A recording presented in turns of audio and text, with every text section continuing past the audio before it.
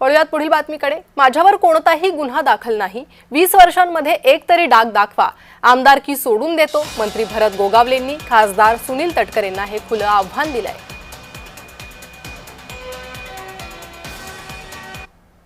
हे काय सांगतात तो मोठेपणा?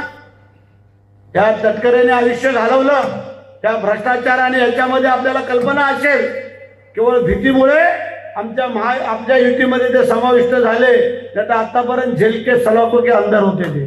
लक्षात ठेवा, हे काय आम्हाला सांगताय? या 20 वर्षामध्ये एक तरी डाग या तुमच्या आमदारावरती दाखवा, त्याच वेळेला सोडून देतो आमदारकी। आज माझा शब्द आहे तुम्हाला, दाखवा ना आम्हाला। गुन्हेगारीवरती तुमचं आयुष्य आहे।